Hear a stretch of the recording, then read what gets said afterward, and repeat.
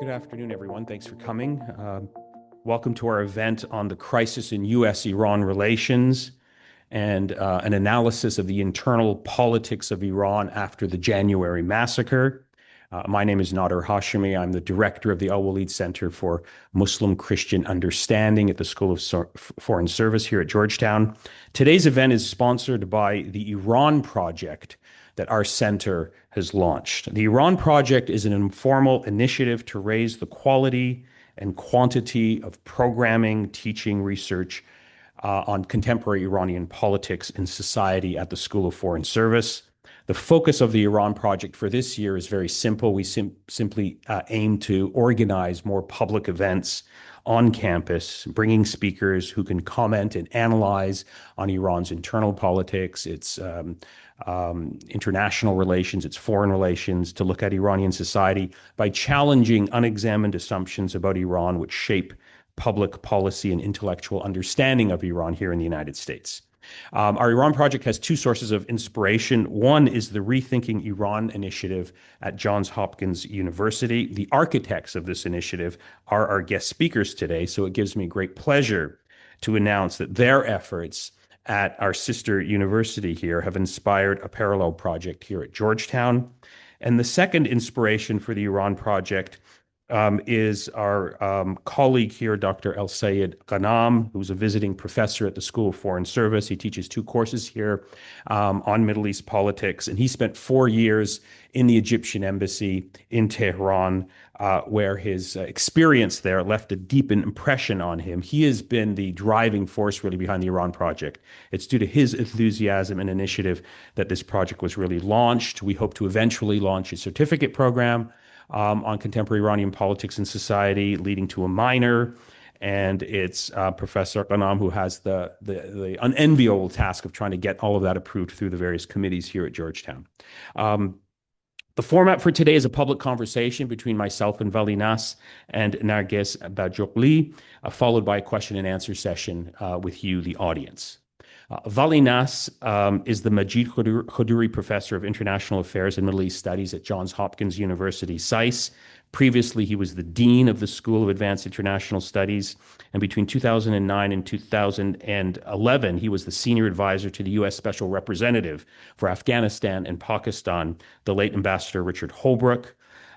Professor Nasr is the author of several important and influential books that have marked his distinguished and stellar career. Most recently, Iran's Grand Strategy, A Political History, published recently by Princeton and on sale at the back of the room. We rarely invite back the same speaker in the same academic year. Vali was our guest speaker in September, but it's due to his scholarship and his deep insight and analysis of contemporary Iran that we are honored to host him once again. And our second speaker is Narges Bajoghli. She's an anthropologist, associate professor of Middle East Studies at Johns Hopkins University, SAIS, where she serves as the faculty lead of Middle East Studies and is the co-director of the Rethinking Iran initiative. She focuses on the intersections of media power and resistance in global politics, and is the author of Iran Reframed: Anxieties of Power in the Islamic Republic of Iran, also on sale at the back of the room.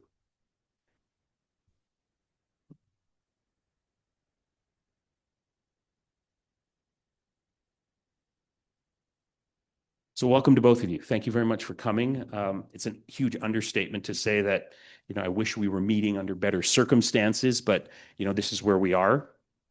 I'm going to ask you questions. Sometimes there'll be questions that will be directed to you, Vali, and then to you, Narges. Please feel free to interrupt me if you feel that you want to sort of insert a comment on a question that's posed to the other person. So, Vali, I want to begin with you and talk about obviously what's on everyone's mind, the prospect of a war between the United States and Iran.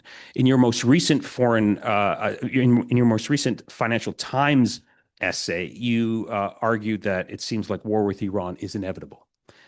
You wrote that Iran is, quote, putting little stock in diplomacy and increasingly sees war as inevitable. They see talks more as a trap than a solution and seem to view an unavoidable war as more cathartic than a weak deal. Could you explain what you mean? So first of all, thank you very much for inviting me back to Georgetown. It's really good to be here. And so you're posing this question as Iran and the United States are talking in Geneva, and there are sort of scintillating possibilities that it might be some kind of a breakthrough. And I think we're at a situation where we're not dealing with American foreign policy or sort of national interest of the United States. We're really dealing with the whims of one person. I mean, there's no logic as to why this war was urgent at this moment.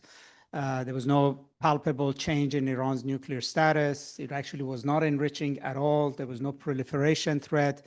There was no working against the clock with Iran. But all of a sudden, President Trump decided that he needs to amass a massive armed military force to get a deal that he himself has said was no longer necessary only a few months ago. So he may decide that he just doesn't want to do it. And much like with Greenland or with other sets of issues, we'll find something in these negotiations to back off. So we may see that. I mean, with Trump, everything is possible. So you're walking back your sort of... No. I think what I was saying is that I still don't think that the Iranians necessarily think that, let me put it this way. I think they sense that there's a lack of seriousness on the part of the U.S. In other words, there was no reason why the nuclear issue became urgent, and that the United States is not really engaging in these negotiations with any degree of seriousness, to send two envoys unprepared to Geneva to have a meeting before they're going to have another meeting on Russia and Ukraine. Does not suggest to Iran that they're serious. The president decided to go to war to protect the protesters. That moment passed, and then he decided that the protesters don't really actually matter, and all along he wanted to talk about the nuclear issue. In fact, the protesters are not an agenda item in Geneva. There's no asks of Iran on human rights, on protesters, on freeing prisoners. None of that is not there. So if you're Iran, you would say that, is he serious about the protesters, or is he really serious about nuclear issue? And I think there's a sense in Iran that this is really not about the nuclear issue, it's about regime change. And if that's the case, then diplomacy is essentially a trap. And ultimately, with a deal, without a deal, Iran's situation is not going to change at all. That ultimately, the economic pressure on Iran, the isolation, and this desire to threaten or bomb Iran every few months, the sort of mowing the lawn, is not going to change. So I think they still may put some hope in diplomacy, but they're really preparing for a war. And why I think the calculation is that the way they think about the war is that nothing's going to change for Iran at the diplomatic table, in a sense. The U.S. and also I think they calculate that President Trump may sign any deal today in Geneva, but he will not implement it. And then he may walk away from it himself in 6 months' time and then bomb him again. That's what I mean. They're not putting any stock in diplomacy. It doesn't mean that they don't think there's a signature possible, but they actually don't think it's going to change anything substantively. Whereas in a war, I think they calculate that they perhaps can change America and his calculations. Because President Trump has come to a conclusion that war with Iran is cost-free. You can bomb him, Israel can bomb him. There's no blowback, no Americans killed, no cost to it. But the only way that Iran can actually change the way the U.S. even comes to the table is after a war, in which the U.S.'s calculations would be different. It is a very, very dangerous way of looking at things. But it's also a desperate man's way of thinking at things. You know, as if you're cornered in a situation, you may calculate that your only chances is try to shoot your way out. And I think that's the mindset that is in debate in Iran, and I think is becoming more and more of a consensus view that if the United States wants to go to war, we just have to find the solution to the problem through the war, not at the negotiating table. So if there's going to be successful negotiations with the U.S., and I mean successful in the way Iran calculates it, it is through the war, not in the current circumstances. Look, there's so much to talk about here. In the last 24 hours, this shocking piece of reporting came out from the Financial Times suggesting that Tehran is trying to tempt Donald Trump by offering the United States investments in its oil and gas reserves. Is that a serious offer under the leadership of Ali Khamenei, who is, who if you were to ask me that, I would say that's not even on an option. But now we're having reports from the Financial Times that this is an offer that apparently has been approved by him. How do you read that? Well, it reminds me of when the protests around hijab was happening, the Mahsa Amini protests, the woman life freedom. So many of our colleagues in Washington said it's impossible for the Islamic Republic to ever agree to no hijab because that's the cornerstone. And lo and behold, they did.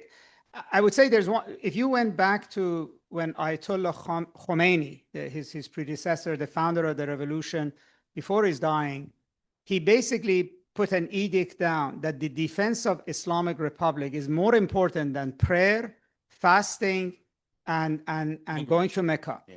In other words, it's an article of the Islamic faith that is more important than actually what defines a Muslim. Mm-hmm. So if you thought of it that way, any kind of a decision that the Supreme Leader takes, including that, it's not necessary to enforce hijab on women. Now, hijab is an Islamic thing, but if the survival of the Islamic Republic is at stake, it is more important. If it's more important than fasting and prayers, it's definitely more important than hijab. So this caricature that have been made of what the Islamic Republic will and will not do is not realistic in terms of it's a caricature that is made here. I think the Iranians are serious that yes, if you are really truly willing not to go to war with Iran, if you are really truly willing to lift sanctions on Iran, here are the ways you can do it. You put money in Iran, and in fact, I think the way the Iranians calculate is that the only way to be sure that America will not back out of a deal and to implement the deal is to put the American hand in the deal. If the U.S. doesn't do it, it's proof of what they already believe. Mm-hmm. If it does it, well, then Iranians have won something very big. Mm. And I think it's water off their back the way the hijab issue was. It's a non-issue in Iran. Yeah. I mean, Narges can speak a lot more to that. Yeah. Narges, could you give us an update on what's happening in Iran today? We're about 7 weeks after the January 8 massacre that killed thousands of people. Recent reports have, students are protesting. What developments have sort of caught your attention in Iran over the last roughly 7 weeks that you would like to share with this audience in terms of understanding what's happening in Iran today after these, really transformative, events of the last 7 weeks? Yeah, first of all, thanks again for having me. And thank you all of you for coming. Okay, so the way that I would love for all of us to kind of think about this is that Iranian society is not a monolith, right? Just like any other kind of society. So you have a segment of the society that is extremely angry in this aftermath and cannot even see a way past this huge wound that has opened up in society because the state turned its guns in massive numbers against its own citizens. And they see that as a chasm in even being able to foresee dignity within this system. And that's real. And that is a segment of the population. You also have another segment of the population who wants change, understands that things need to be different than they are, but then saw that there are real legitimate anger, particular ways in which it is being suggested that it should move. When it moves in those ways, the state clamps down with extreme repression. And that cycle over and over and over again leads to particular forms of either civil conflict unending and towards civil war, or a lot of instability and real violence in society. And there are a lot of people in Iran who want change, but who do not want that. And so they also then are thinking about the current situation in particular ways. And then you have another sector of society that believes in the Islamic Republic and that believes in the vision that the Islamic Republic defines. That sector of society is not going to let go of power easily. And also, when the opposition is saying, we're coming for you and we're going to execute you and we're going to, your days are numbered in jail after we take over and the death penalty for you, well, they're saying, I'm sorry, F no, we're not doing that. And so that is, you have these entrenched elements in society and different kinds of social trends that are happening. Now, where these social trends go will shift over time depending on the context at hand and depending on the politics of what is going on. If there is a war and that war lasts for quite some time, do these trends in society go one way or another, right? And that is, I think, one of the things I think is really important to really think about is society is very dynamic. So all of these trends that I'm talking about, all of these sectors of society, they do not stay put in the way that they think about things around them. They shift and they move depending on the context. And so these different trends in society will move differently depending on what ends up happening. Narges, you wrote a very insightful essay in Time magazine about a month ago, where you wrote, through years of research inside Iran's power structures, I observed how its main institutions of power, the monarchy, clergy, military, bazaar, and civil society, are configured in ways that make the chances of a 1979-style revolution far more complicated. Could you elaborate on those dynamics of power within Iran today? Because there's a lot of talk, there has been talk about Iran is on the verge, it's in a pre-revolutionary sort of moment.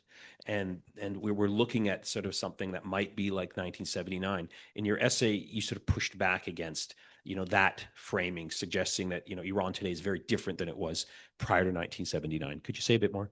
Yeah. So first of all, for any of the Iranians in the room who remember 1979, most of you will remember that you didn't fully believe the revolution was even happening until it happened, right? So no one can predict when a revolution happens or when a revolution doesn't happen, nor can you predict what a social dynamic of that scale can be and what actually tips it off at what moment. But a lot of conversation was happening in early June and in mid-June when these protests were sort of at their helm, and people were saying because the protests began with the shutdown of the Bazaar, folks were making a very clear linear argument to, hey, this is exactly like 1979. What helped the 1979 movement turn into a particular revolution that toppled the state was that the Bazaar, the money part of society, joined other sectors of society. And so there was a lot of hope that when this happened in early January, this could trigger similar kinds of social and political processes. But there's a big difference here. The Bazaar in 1979 was relatively independent from the ruling establishment. The Bazaar of today is highly co-opted by the ruling establishment. This has been the case since from the mid 1980s and 1990s onwards, and then even more so with the onput of maximum pressure sanctions. It's come under, in many ways, the wings of the businesses around the Revolutionary Guard. So this is not the same independent economic force that you had in the late 1970s. The other thing that's different is that you're dealing with a system that came about through a revolutionary movement itself. This is a very different kind of system than having one that is there by monarchy. And so what that means is that this system, the people still at the helm who are still alive, who were themselves a part of the revolution, they understand some of the factors that led to a revolution happening. And they, for example, the Shah bought so much military equipment from the United States, so much. It was a military powerhouse in the region. But it did not have the proper kinds of riot control gear or forces to stave off a social movement. The Islamic Republic has more than a dozen types of secret and riot geared, like fully armed paramilitary and secret forces for precisely these kinds of protests to put them down. So the systems are fundamentally different, which then means how you shift them and how a revolution or social movements can change them. Can it happen? Of course it can. Nothing is ever off the table. But the mechanisms of it happening are not the same as the mechanisms of the late 1970s. That's very good. I mean, Iran today is not what it was in 1979. It's a very different society is. Yeah, very good. So the January 8th massacre was such a horrific sort of moment that I'm still trying to process it.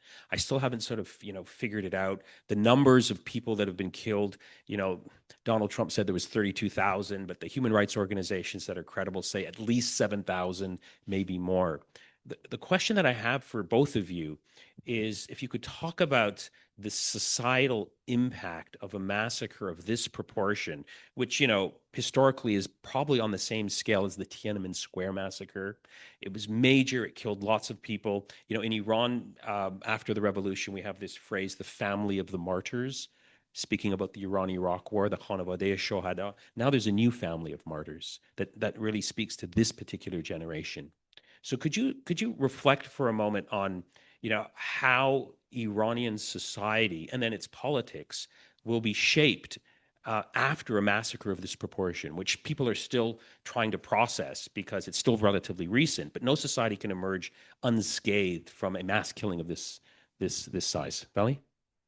The premise of your argument is absolutely correct. In other words, I think the trauma of what has happened. First of all, there's a shock, I think, at both the scale of the uprising. Let's start with that over 230 cities in Iran basically were engulfed in what was at the very beginning, before the clampdown, really multi-generational.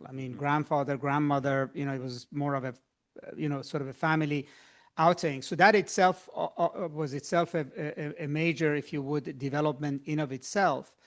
And then the direction that the protests took, which is it became increasingly violent on both sides. And then the massacre that happened, I think all of these are huge shocks to any political system. So, off the bat, you would say that any kind of a compact or a social contract or a legitimacy that existed between the state and society, with the exception of that one segment that Narges mentioned, which is the ones that are still attached to the Islamic Republic, broke down. In other words, the population by and large is now completely alienated from the Islamic Republic. Now, there are those who are diehard and willing to do anything to get rid of it, and there are those who actually are trying to protect themselves, protect their families, their businesses, protect the country, but are no longer basically have any kind of a organic political relationship with a state that has been capable of carrying such a massacre. So now this usually would have sort of played out in normal circumstances, would have mattered in succession. You would have said that regimes that carry these out, then once the dust settles, may then move on to sort of a different kind of a political formulation. But the reality of it is that it's very difficult for the Iranian society to internalize and react to this in the ways in which we can make historical references because of the war. It's almost like the country does not have time to actually really ingest this, when what's on the table is a war that could potentially destroy Iran in many ways. Kill maybe more people. Well, I haven't said references to how many people.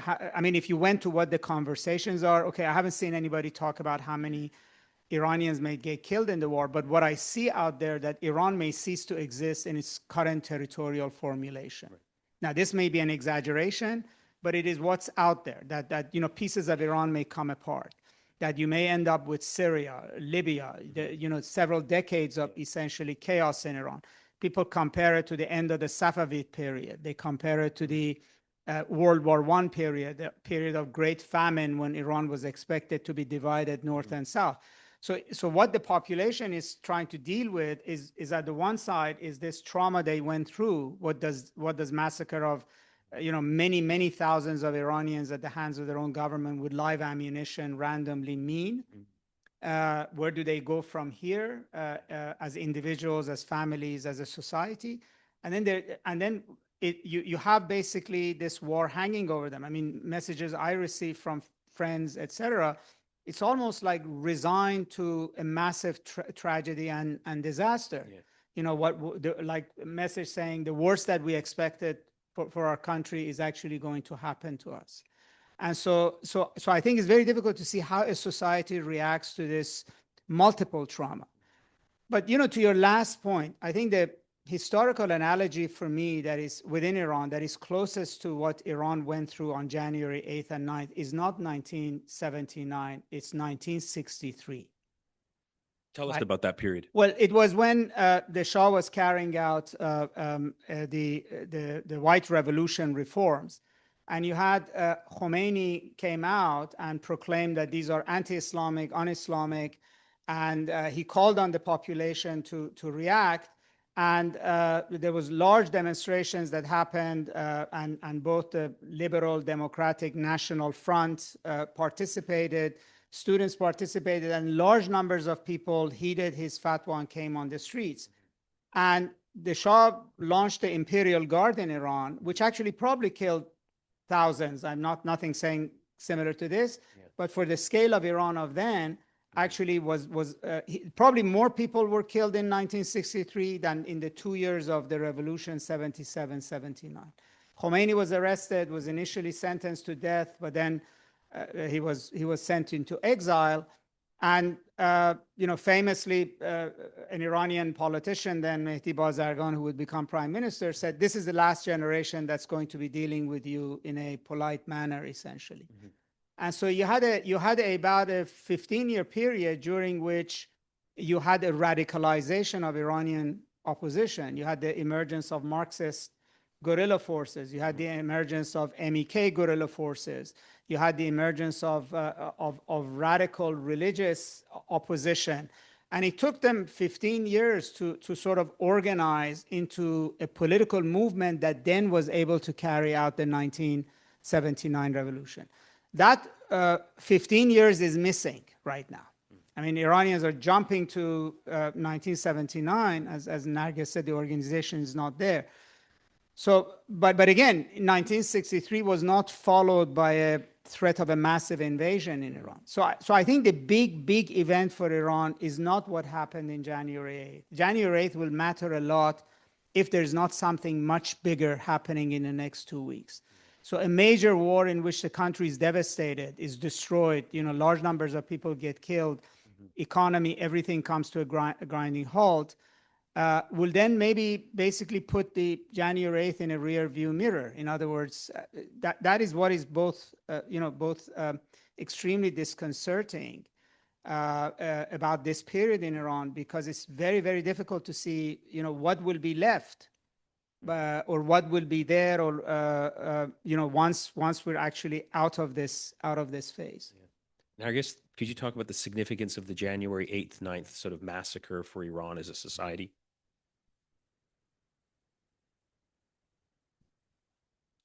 I mean, I fully agree with the scale in which Vali is putting it in. I think, as I said before, it's a big wound, and it's a wound that has developed in Iranian society, and it is one in which what is very, I think, important about it is the sense that it is also coming on the heels of Iran. Under these 8 years of maximum pressure in Iran has been, in a way, in another kind of massive hybrid war, in which constantly every time people leave their house, things are more expensive.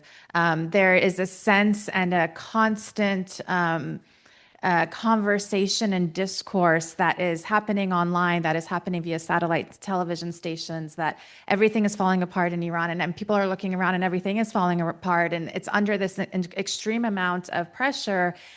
And then at the same time, every time they've made demands, the state gets firmer and more repressive, and it's this sense of despair that begins to develop. And yes, there were huge, I mean, I think the Women, Life, Freedom movement of 2022 and 2023 was the biggest social and cultural revolution in Iran's modern history, not just because of the fact that women can now de facto go onto the streets without hijab, but because that was a bigger argument and a bigger sort of movement that was happening in the homes as well. And so it made massive changes, but that kind of movement is also existing within all of these other movements that are getting so violently repressed, and despair continues. And so then to have January 8th and 9th happen, in which the state again turns their guns on their own people, and for people to also see how quickly their demands get hijacked, whether by forces within the country or by forces in diaspora, then makes them feel even more at a loss of having agency.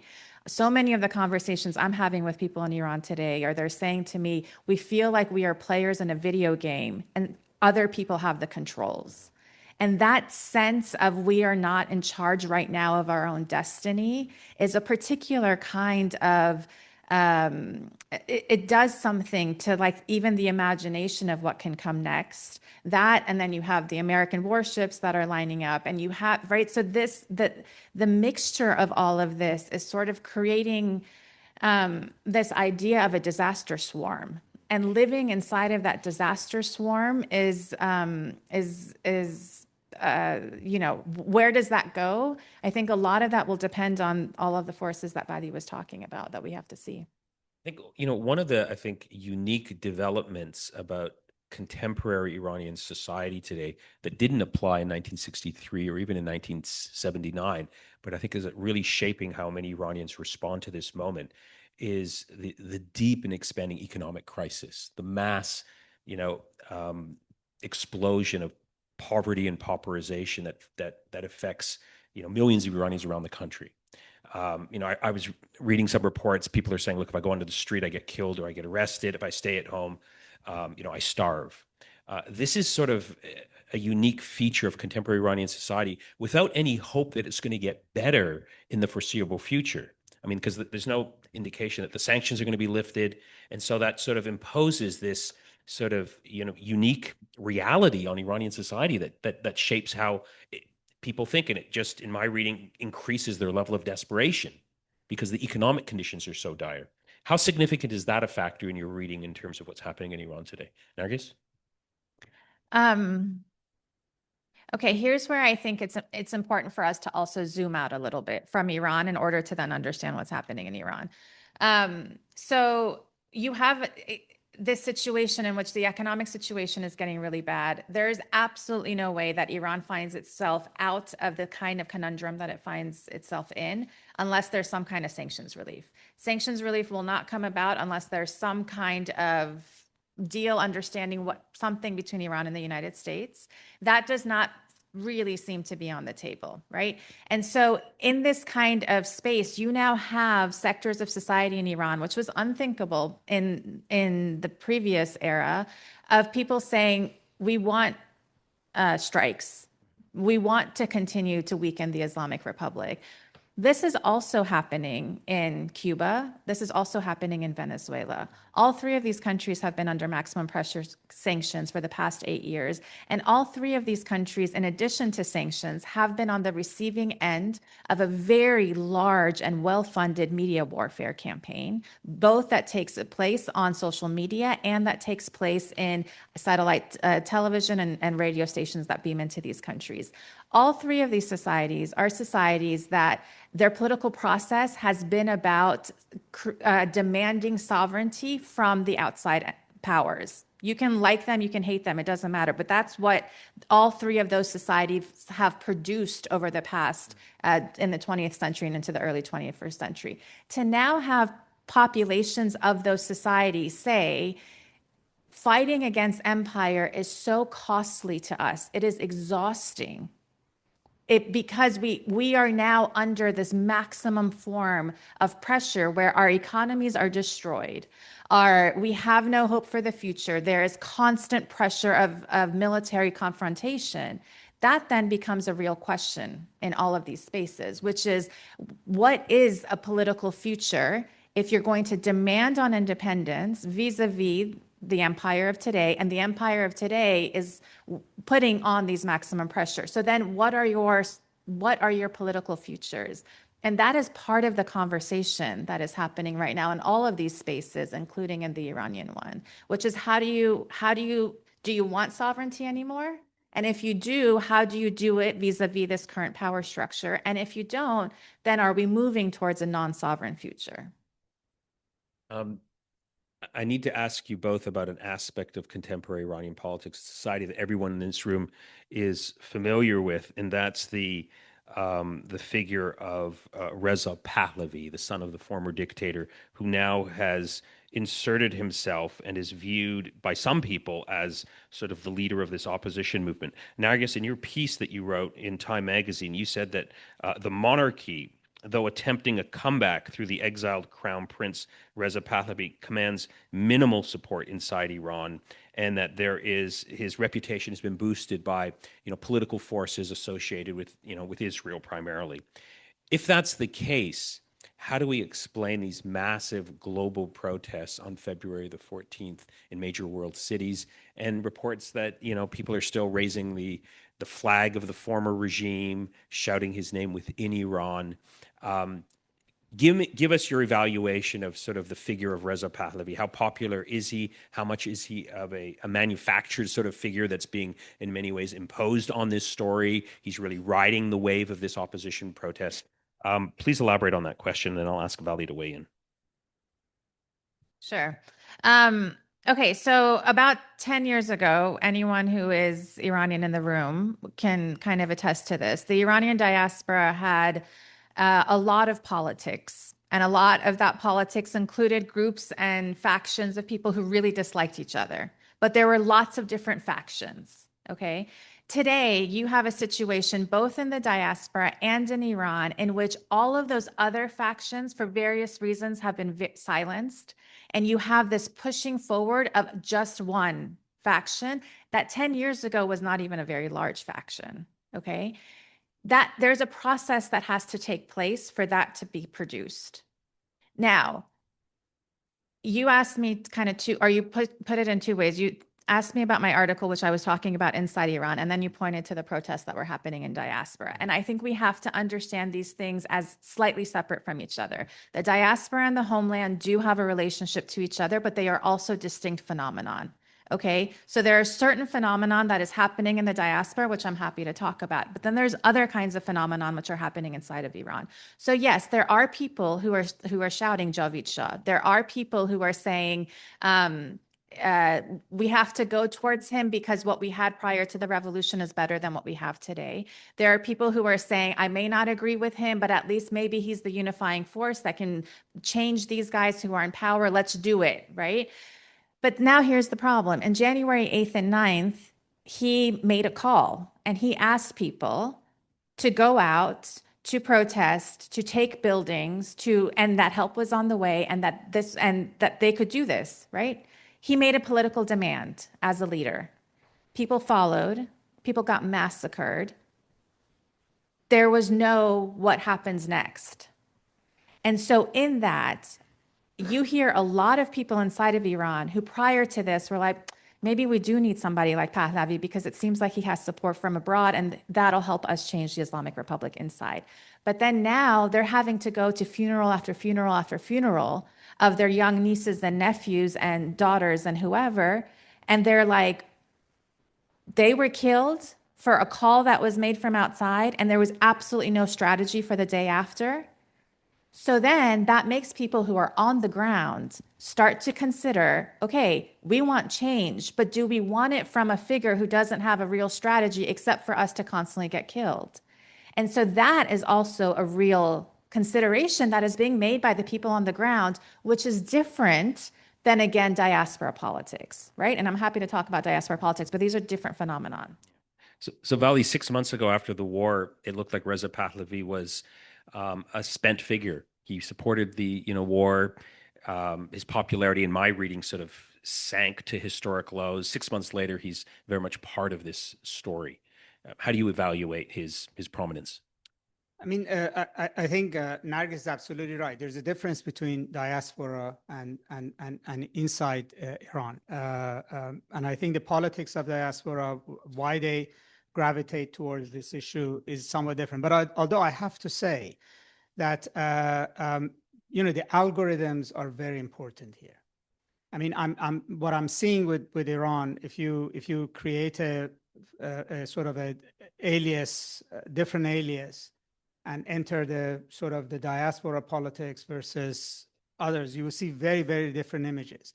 We're at a phase where it's akin to 2016. What does it take for somebody in South Carolina to think that Hillary Clinton is running a sex trafficking ring underneath a pizzeria in Connecticut Avenue and get in his car and drive up to Connecticut Avenue with a shotgun to try to save the children? I don't know if you remember The Pizzagate story. The Pizzagate story. So what does it take? And the guy basically, once they arrested him, essentially it's the amount of material that he was watching and this has actually become much more aggravated. I mean, if you are on sort of in that sort of a sphere on social media that's monarchist, you just are getting bombarded with sorts of messages that are formative, and the sort of the rage, the language, the divisiveness, so this is very much there. In other words, so I think that is pretty important, and actually that raises an issue that sometimes in politics you're not dealing with a real phenomenon. You're dealing with a mirage. You're dealing with a shiny object that might not be there tomorrow. So we have to be very careful about how much we put in here. I think Narges's point is well taken. I mean, the Iranians that support him inside Iran are not all of one ilk. There is a sector that is actually really diehard and loves him. I remember a political prisoner who was released from prison, which was one of the prisoners that had been arrested for environmental issues after years. He said that in the jail area that they were all these young monarchist girls who had also been arrested. And she said that their only attraction to monarchy was bling bling of Dubai. That's all that they identified or understood. No political program, no political philosophy. It was essentially this yearning for an Iran that also could have a Jennifer Lopez concert. And this was, in fact, before the Mahsa Amini view. So there is that sort of a group in Iran, and they're very diehard. They believe that, in that. There is an element that basically is looking for anybody who can be a savior. Just come and do the job. We're not making any commitment that we might want you tomorrow. But right now, if you have the support of Israel, U.S., if you have a game plan, this is it. There is a more fundamental issue, which as Iran's history, there have been two institutions that have mattered politically. It's the monarchy and it's the clergy. When the monarchy were in power and were abusing power, it was the clergy going back to the 19th century during the Qajar period that always stood up for people's rights and before the abuse of the monarchy. Now that the clergy are in power, the monarchy is the natural institution you gravitate to. It so happens that he is the only remnant of that monarchy. He's no cousin, no brother, there's no other person. So it falls on him. And then there's also a third factor, which I think is important even in these student demonstrations. The most significant way you can insult Ayatollah Khamenei and the revolution is to say, long live the monarchy. In other words, I reject your entire 47 years. So I'm not always sure that this is actually a positive, I want to embrace this, as if it's a FU statement. Now, we don't have real polling in Iran, and it's very difficult to read that what's the impact of January 8th on the support for the monarchy. I mean, I know anecdotally there are people angry. People don't think the monarchy is the salvation anymore. But the most important point is, as popular as Reza Pahlavi may be and bringing large crowds on February 14, he has no ground game in Iran. He has no political organization. You ask him, who's your representative in Iran? Who's your organizational representative in Iran? What's your organization in Iran? It doesn't exist. Mobs don't change regimes. Political organizations do. This is a lot like American electoral process. You would ask a candidate, what's your ground game in Iowa, right? And that's why I'm saying the 1963 to 1979, that's a period in which that opposition that was completely crushed in 1963 built a ground game. He may be able to build a ground game, although there's no indication of it right now, but that's going to take a period of time. So for him to be a real alternative to Islamic Republic, for me, requires not just how momentarily he's popular, but is he able to create a coalition within Iran that actually will be meaningful? And everything he's done is actually opposed to that. He doesn't want to work with anybody. He's denounced Iran's Nobel laureate in prison as an agent of the Islamic Republic. He called the reformists in Iran, many of whom are opposed to the Islamic Republic, including the former Green Movement candidate Mir Hossein Mousavi, as his enemies. The Kurds are his enemies. The Azeris are his enemies. I think his strategy is to say that it's either me or Ayatollah Khamenei. And there is no evidence of him actually wanting to work with any of the civil society political leadership.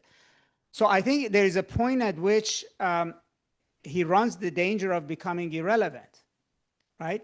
And then this overt support, the fact that every one of his protests has large Israel flags, or maybe I'm completely wrong about Iranian history, but I think if people right now despondent and looking for salvation may not ask too many questions, but nationalism is going to kick in at some point.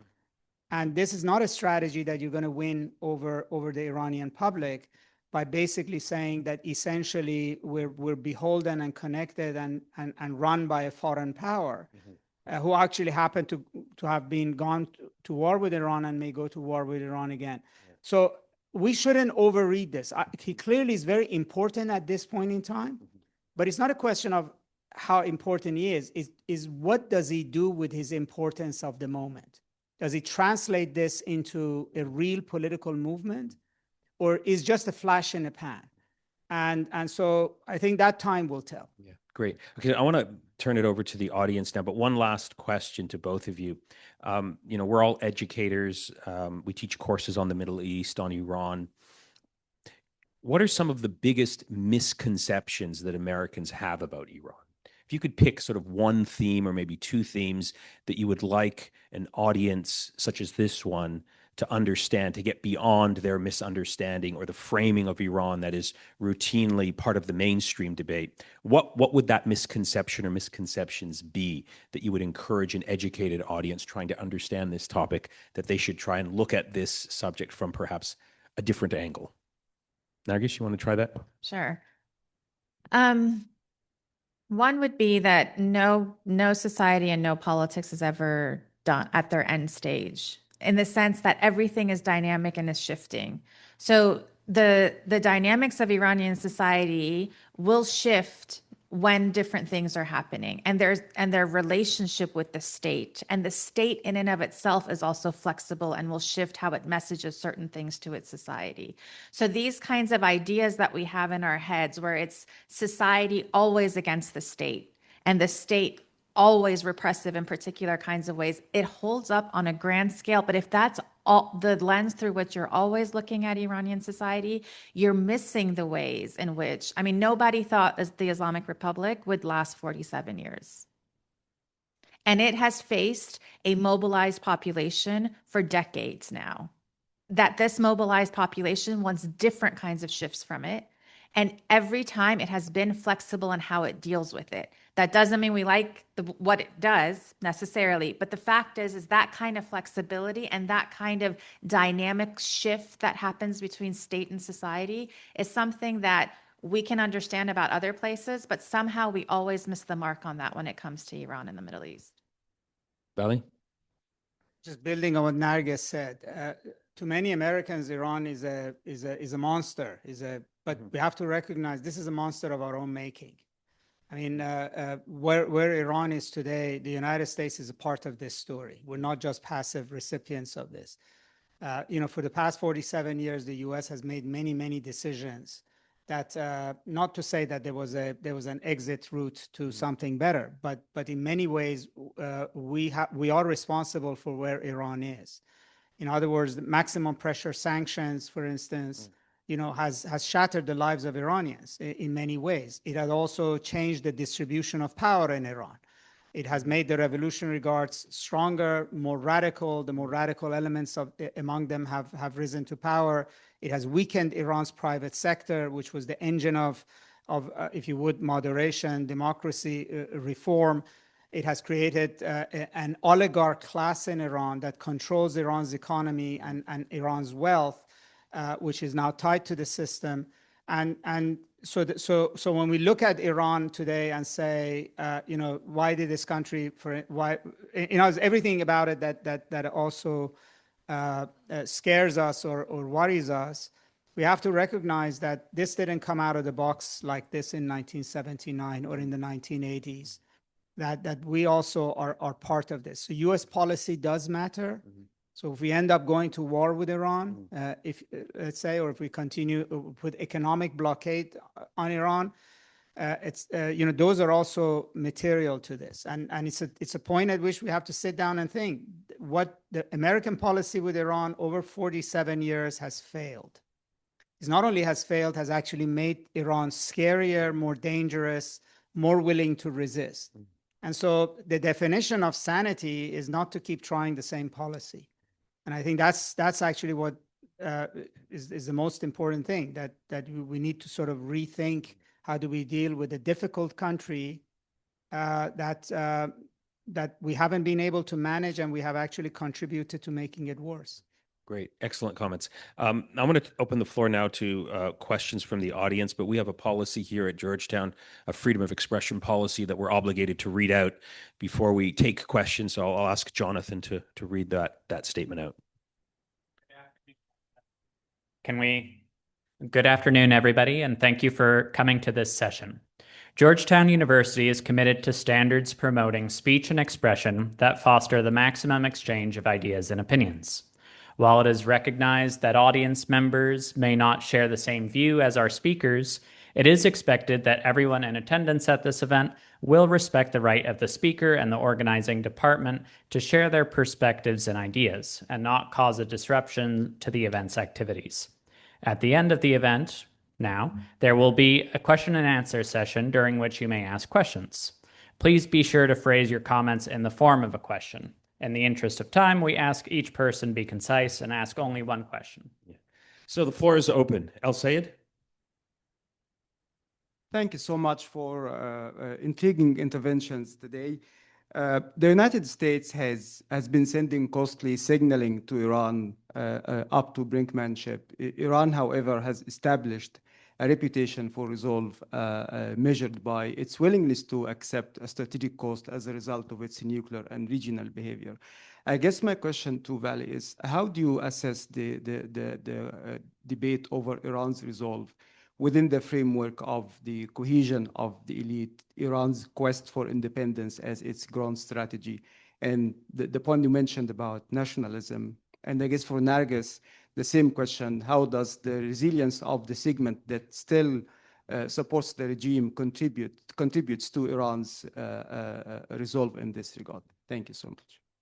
I mean, the reality, I would say, is that the leadership that is in power in Iran right now has a consensus around resistance. Now, those who were opposed to resistance have been shed long time ago.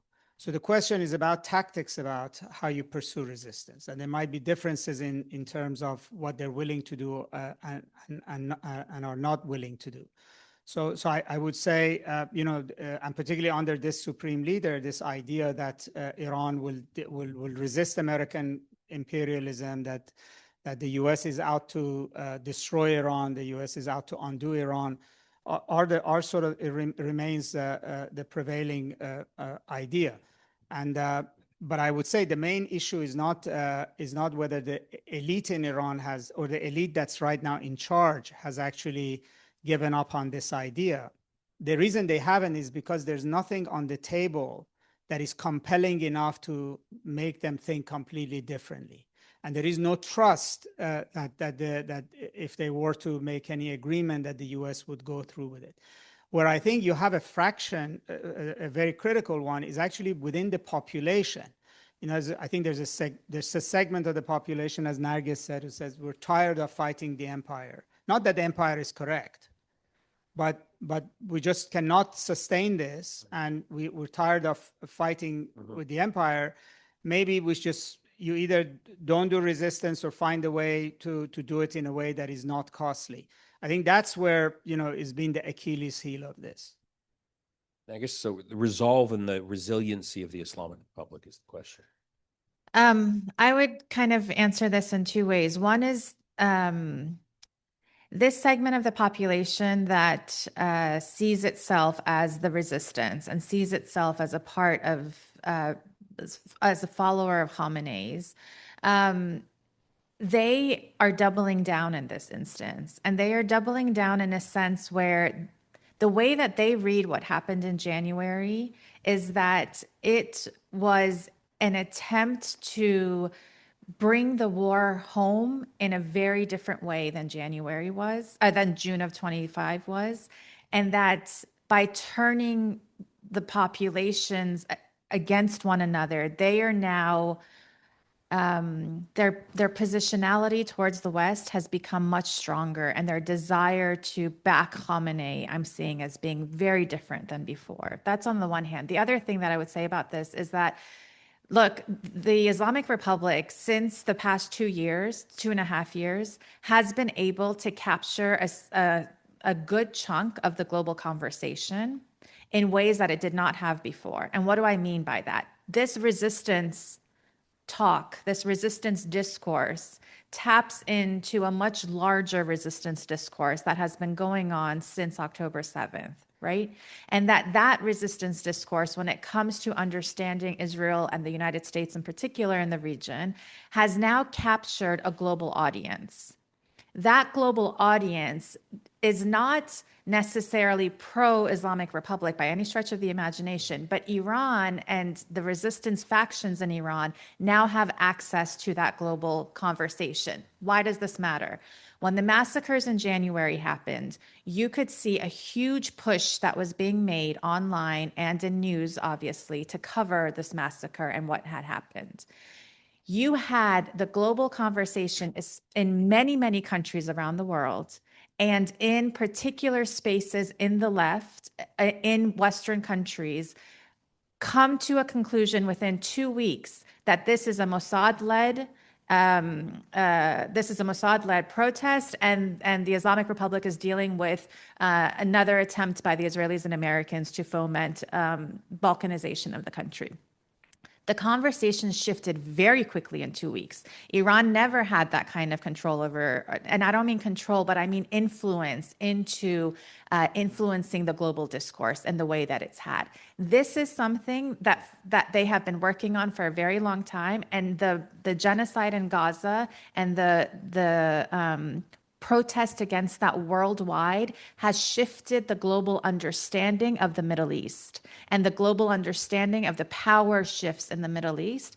Iran also plays a role in that. Very good. The floor is open. Yeah, right here at the front.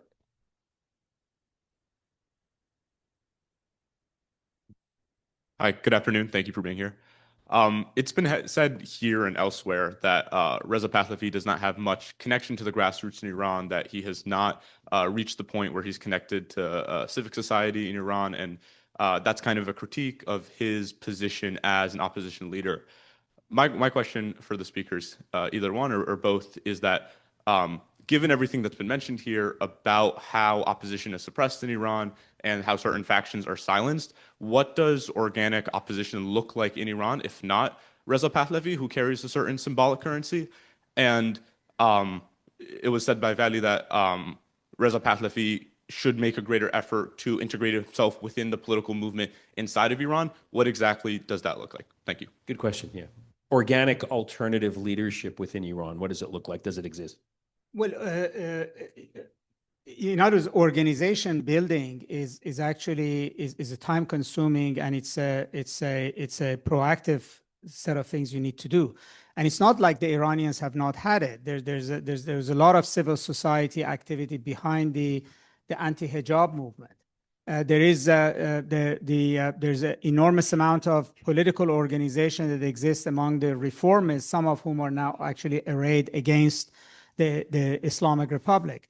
I mean, the name of the game is that how you take this moment and how you take symbolic popularity among certain sections and try to think about how you build a political organization and how do you actually create sustainable dissent, which is not just sporadic burst of anger, which then, is suppressed and go home.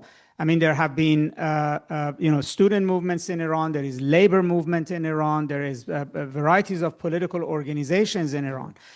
But it has to start, first of all, by a language that says that you are appealing to all of those people, right? Like being hugely Islamophobic in the language of your movement, to be sort of carrying out your protest under the banner of Israel, to be calling all of these groups as agents of the Islamic Republic and as enemies of monarchy. I mean, I'm sorry. I mean, it is organization building 101. That's not how you build coalitions with people. I mean, that's not how Khomeini built his coalition. Khomeini used to meet with Marxists, with MEK, with liberal Democrats, etc. It was a massive tent in which everybody talked to everybody. I mean, there are large numbers of people in Iran that work for the government.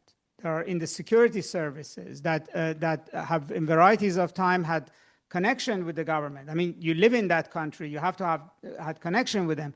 If all of them are basically enemies that are going to be, as his followers say, there's a lamppost and a tree for every one of them, that's not the way to build an organization, right? So organization building means that he has to appeal very broadly to particularly those who already have an organization in Iran.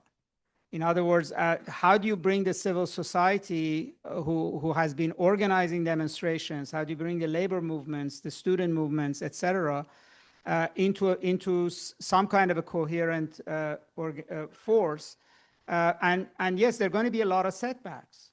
And I'm not saying that necessarily it'll be successful, but the definition of a I think a legitimate, viable, real political movement has to be in a ground game, and I just don't see that right now happening. And I have to say there are others who are trying to do that. For instance, yesterday there were 2 days ago there were a coalition of all Kurdish parties formed an alliance. Now, obviously, this is not good news for Iranian, national integrity, territorial integrity, but you could see that they are trying to form this. And then there was a meeting in London 2 days ago of a wide array of civil society and labor, political, and former monarchists, even people who were previously close to Reza Pahlavi, of exactly doing what Khomeini was doing, with a very different language, that we need members of the Revolutionary Guard, Iranian bureaucracy. We actually need reformists, and some of the representatives were actually at that Congress, who are actually trying to do exactly that thing. So I don't know if Reza Pahlavi will recover from this moment, but as a social scientist, I would say, not as somebody who has a personal opinion here, that this moment may pass and leave him behind, because he can only be relevant to the future if he actually is able to really establish a viable political movement. Otherwise, people will begin to look for other solutions to their despair. I guess thoughts on organic internal Iranian leaders or movements that could be an alternative to Reza Pahlavi? I mean, I'm happy to answer, but I'm also happy to, I feel like Vali's was a great answer. Let's so go to the audience because go. time is fleeting. Thank you very much. Yeah, here at the front. Hi, thank you very much. So I have a question. A lot of pro-Palestine movements and people and organizations that have been very vocal about every violence that was happening are silent about what's going on in Iran. And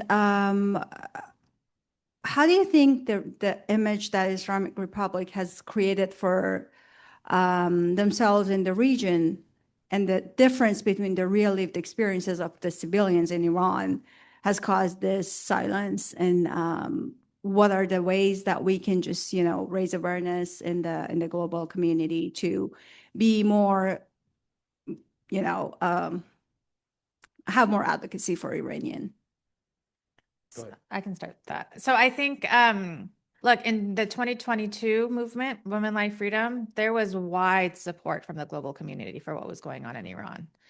In this current instance, some spaces have spoken up, but you're right, the broader movement has not. And there's a few reasons for that. I think the main reason, honestly, is all of the Israeli flags.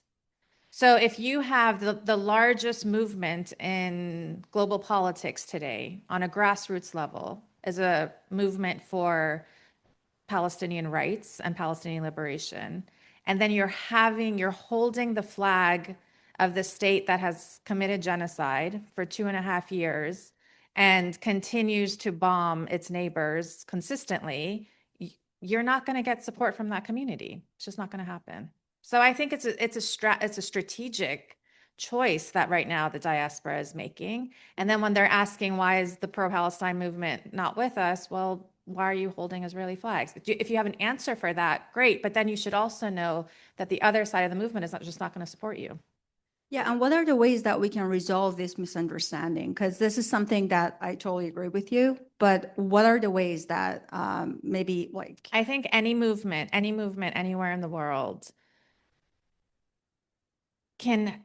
a movement is strong when it can not allow hijacking of its movement to happen. And when hijacking of a movement happens, it's because that movement is not yet strong enough.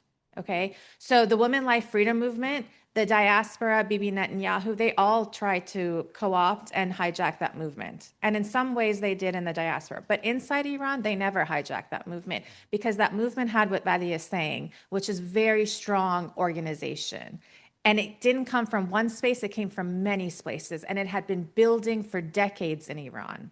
Okay, so all of the women's rights organizations, all of the women and coalitions, all of the children's rights coalitions in Iran, which are extremely strong in Iran, all of these coalitions were able to move that movement forward and get the biggest concession from the Islamic Republic in its history.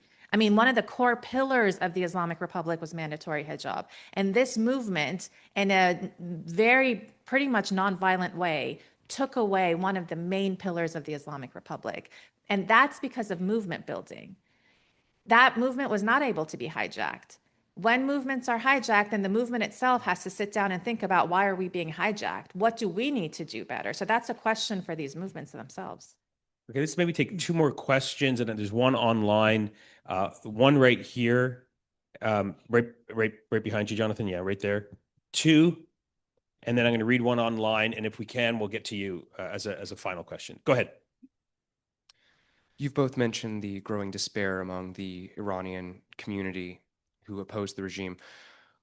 Given current U.S. mixed messaging and strategy for both of you, what are some possible ways that the U.S. could instead have a messaging and strategy that prompts agency instead of just increased despair and the feeling of being stuck between a hammer and an anvil? Well, I think in a way that moment came and passed because President Trump's basically called on Iranian patriots to come out and help is on the way, and they did.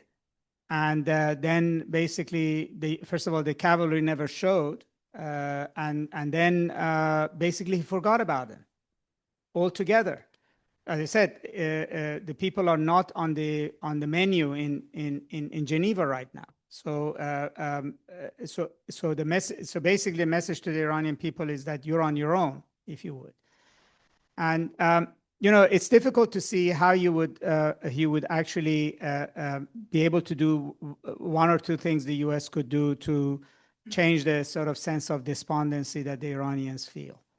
I mean, they as I said, they went through the trauma of the massive suppression. Unless there is a way in which for the Islamic Republic to disappear or its relation or its character change, which is none of which is short run, that wound the United States cannot heal for them. And the other issue is the situation of war on Iran, maybe next week, maybe in 6 months, maybe on an ongoing basis. And that also is not resolved. And I think the larger issue is that if Iranians imagine that things for them will only and only change if the Islamic Republic goes, or if the Islamic Republic drastically changes character, none of those things are actually in the forecast. And I think these are all throwaway things we constantly say. The United States, for the longest time, has been trying to help the people of Iran and is on the side of the people of Iran, while also it is making their lives miserable on an ongoing basis without any kind of and what the United States is asking Iran has nothing to do with its people. It's all about the nuclear program. So maybe we should just stop pretending. I think that's probably would be the best thing, because I think the people in Iran are much more realistic about what the United States is up to and what it wants, and I think after January 8th, they're even less likely to be swayed by just simple messaging here. Do you want to answer that? Should we go to the next? You're next. Go ahead. Well, on the question of war on Iran. The question is, what is the role of other global powers like China and Russia? And then what is the role of Israel pushing for this war? And the question of greater Israel, that, from Nile to Farad. So, what are the role of these issues in this war? And then also on Can we leave it to that question? Can we leave it to that one question? Because it sounds like you're going on to another question, and we have a limited time. Just quickly on massacre. Quickly. Okay, on massacre, let's say that it was the United States and people attacking police stations. What would their state do? And the role of all those, militants and with the guns in the groups that were there. So do we call it still a massacre or a self-defense of a state for survival? So Vali, could you speak to the question of the role of international actors, particularly China and Russia in this Iran story? We don't hear much about it. They didn't play a role in the June 12-day war. Could you give us your evaluation on their interest in this particular topic? I mean, generally, Iran is alone in this fight, and Iran knows that it's alone in this fight. There's not an equivalent of the Arab world for Iran, let's say. And also, there was never an expectation that Russia and China would actually intervene in the war. I think this is a straw man to create it as if the kind of support America gives to Israel, any other country is capable of giving any other country. That's just not realistic. So the extent of support would have been at the level of diplomatic condemnation of the war, or perhaps helping Iran after the war to rebuild its missile capabilities or technical things, or probably funnel money to Iran in varieties of ways. And there's evidence that they have been selling Russians, Chinese, perhaps more sophisticated weaponry. So I think there's no other cavalry to come and help Iran. And I think whatever Iran calculates in going up against the war in the United States, there's no other country that's going to come and join Iran in a war against the United States. It's just not going to happen. And there's no expectation of it, I think, at the top in Iran. Great. Let's take. Do you want to weigh in on it? If you want, yeah. Yeah, I mean, from a state's perspective, what you're saying, and this is going on right now in the United States too, especially when the protests in Minneapolis were happening, right? You had some folks coming out and saying, we need to confront even harder. We need to take up arms, we need to go for it. And then you had folks from the other who supported, but said, guys, if we do that, that has repercussions. Any kind of act that a social movement takes has repercussions, just like what a state does in the moment of protest has repercussions on the other side. So yes, by taking up arms, it definitely increased the likelihood of the numbers of the massacre going higher.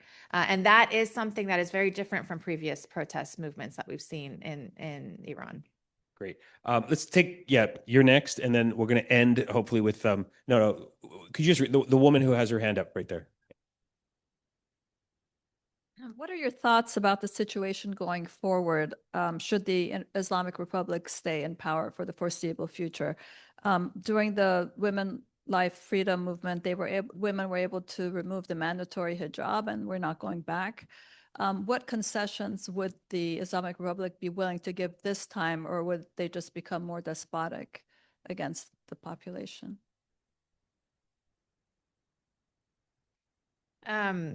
Should it stay or not is, I think, I've wanted a huge shift in the Islamic Republic into a different kind of system for a very, very long time personally. And I think a lot of Iranians do. But the fact is that requires a particular kind of political and social process that we might be at the beginning stages of, and we have to see where that goes. But in this current kind of moment, the Islamic Republic is not going to go without a massive fight. And that massive fight they might not win that massive fight, but they're going to fight it. And so the other forces that want something else in Iran have to think about that, whether they're foreign forces or internal forces, and how do you engage in that? And I think part of what happened in the Women Life Freedom is that they recognized, and this has also happened in the labor movement in Iran, which is very, very strong, the teachers movement in Iran, which is very, very strong. These movements that are in Iran and have been existing for a long time and have gotten real concessions from the state are doing it constantly as they are strategizing about how to engage with this power and how to move against it. Right? Any social movement that is successful in anywhere around the world has to have a strategy of how do you engage with power.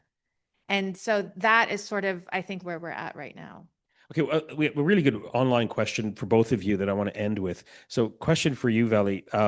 You emphasized in your remarks today that the 1979 revolution was preceded by a 15-year lead up from 1963 to 1979, a preparatory phase, you said, that suggests is currently missing in Iran. But that characterization overlooks the fact that there have been sustained protests in Iran, not beginning recently, but at least going back until 1998 and 2003 and 2009, all the way up to today, including the Women Life Freedom protest movement. So how does that, fact, which suggests that these are not sort of recent protests, there have been a series of protests, factor into your analysis when you make that historical comparison? Well, I mean, as Mark Twain said, history doesn't repeat itself, it rhymes. So it's not an identical situation, but protests in of themselves, to me, is not decisive. Unless protests reach a level all at once with millions and millions in the street, that can actually overwhelm a system, like it happened in Cairo at the time of the Arab Spring. But barring a protest in Iran that are at a level that the regime cannot suppress, you're not going to have a decisive outcome to the protests. And then even then, it could be like Syria or Libya. It actually might not be a transition to another government. It would actually, all the protesters could achieve is to bring down the system without it being able to necessarily put anything in its place. For these sort of dots of protest to be successful, they have to be connected to a political movement.